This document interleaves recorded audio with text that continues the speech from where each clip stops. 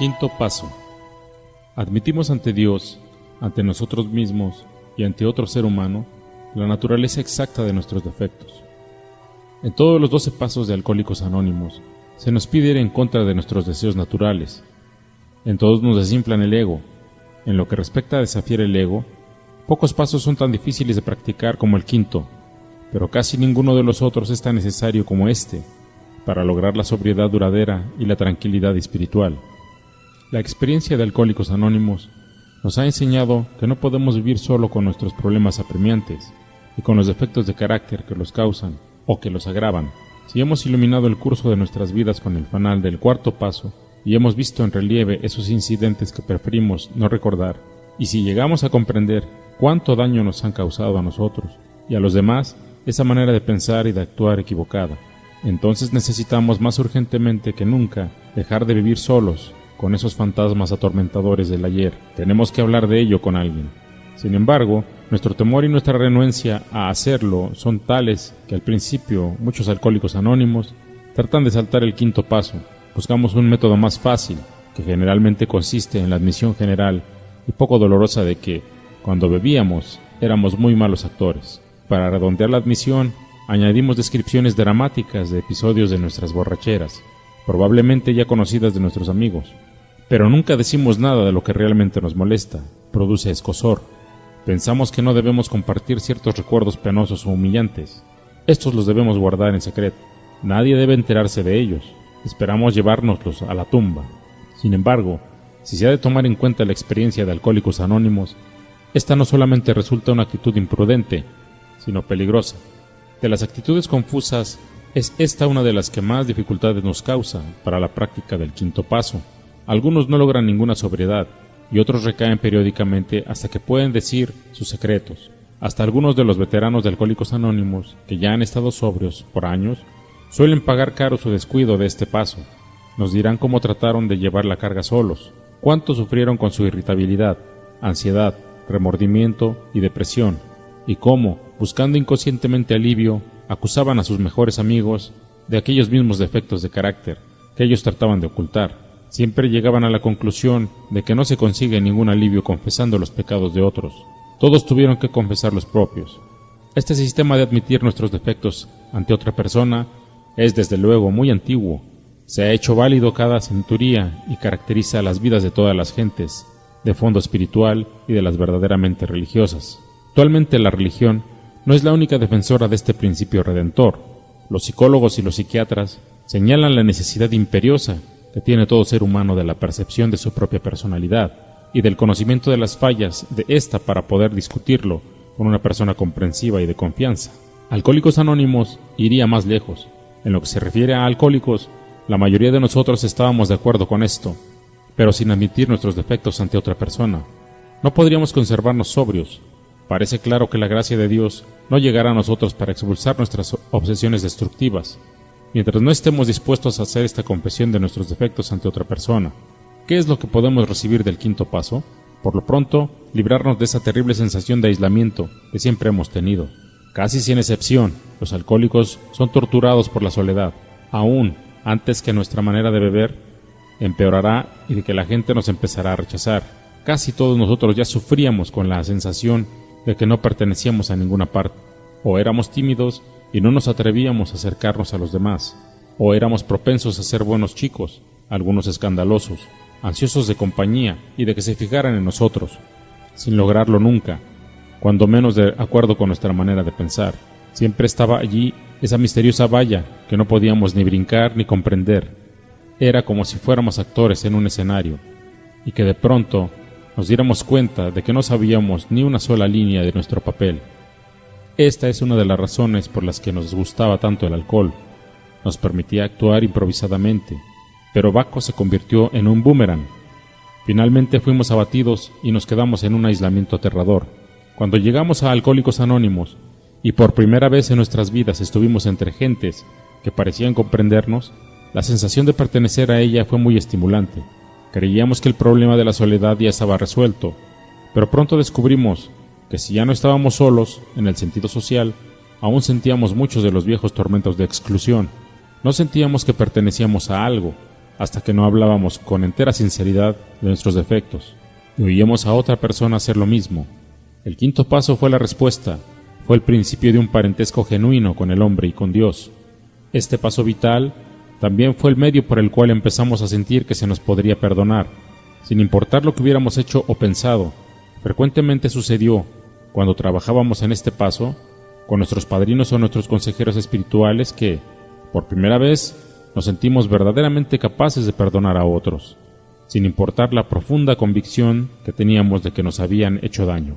Nuestro inventario moral nos había convencido de que era conveniente perdonarlo todo, pero solo fue hasta que abordamos resueltamente el quinto paso cuando supimos que podríamos recibir y otorgar perdón.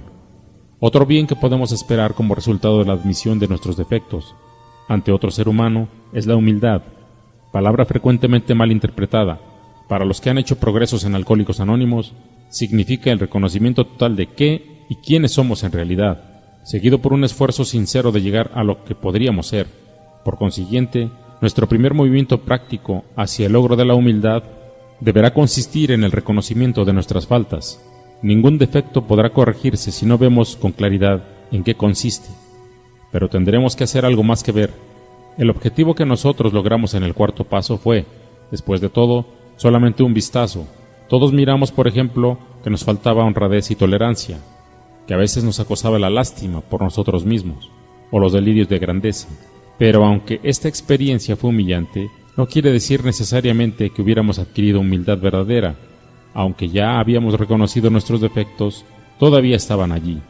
Algo tenía que hacerse a este respecto, y pronto descubrimos que aunque estuviéramos dispuestos a librarnos de ellos, nosotros solos no podríamos eliminarlos. Las principales ganancias que obtenemos bajo la influencia del quinto paso son mayor realismo, y por consiguiente, más honradez para con nosotros mismos.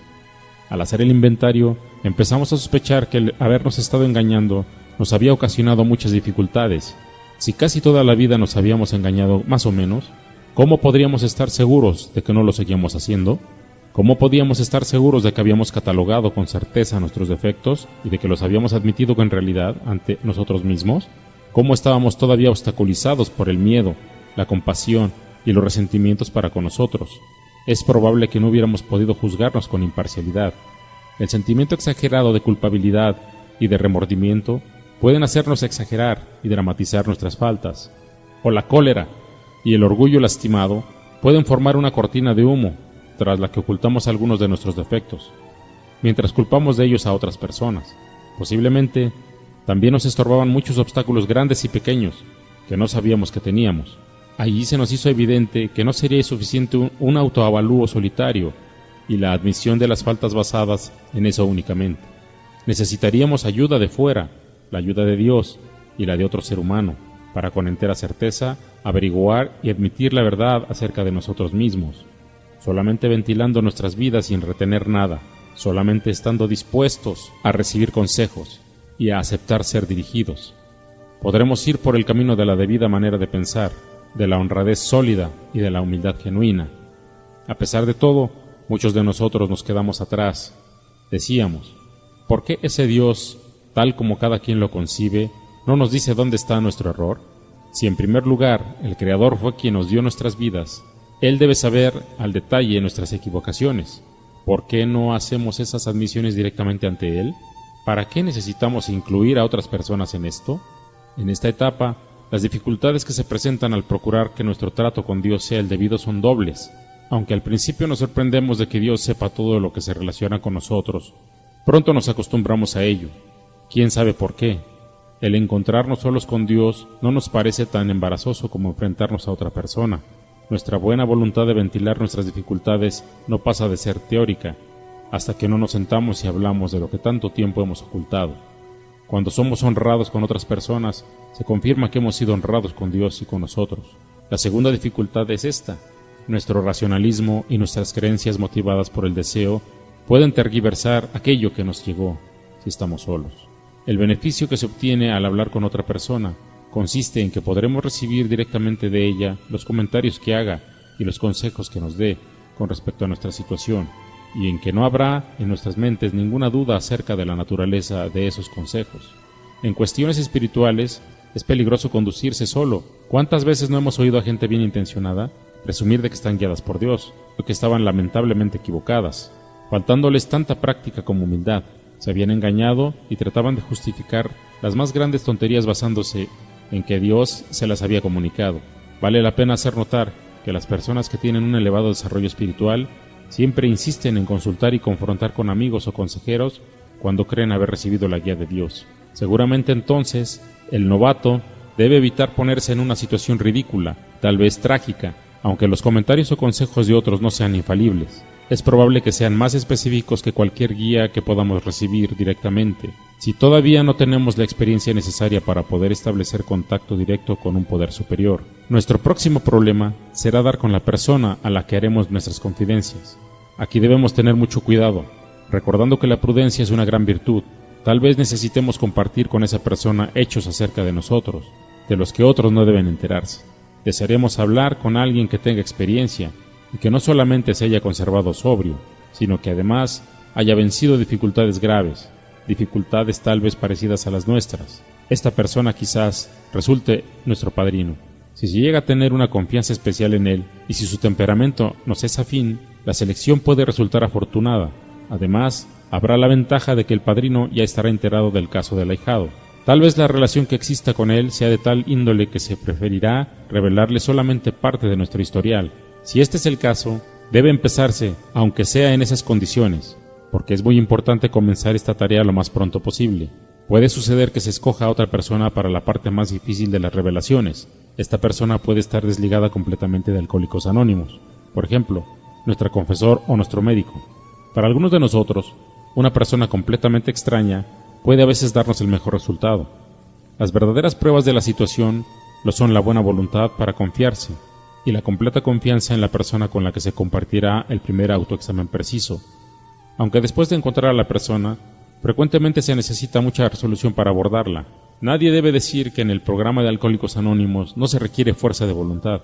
Esta es una parte donde puede necesitarse toda la que se tenga. Felizmente, lo más probable es que nos espere una agradable sorpresa, después de explicarle cuidadosamente a la persona que se ha escogido lo que se solicita de ella y de que ésta se dé cuenta de la ayuda que puede prestar. La conversación será fácil y animada, siempre que el interesado no retenga nada. Sentirá un gran alivio. Las emociones que han estado aprisionadas por años se liberan y se desvanecen al ser expuestas. A medida que cede el dolor, lo reemplaza una tranquilidad reparadora, y cuando se combinan así la humildad y la serenidad, algo grande está a punto de ocurrir.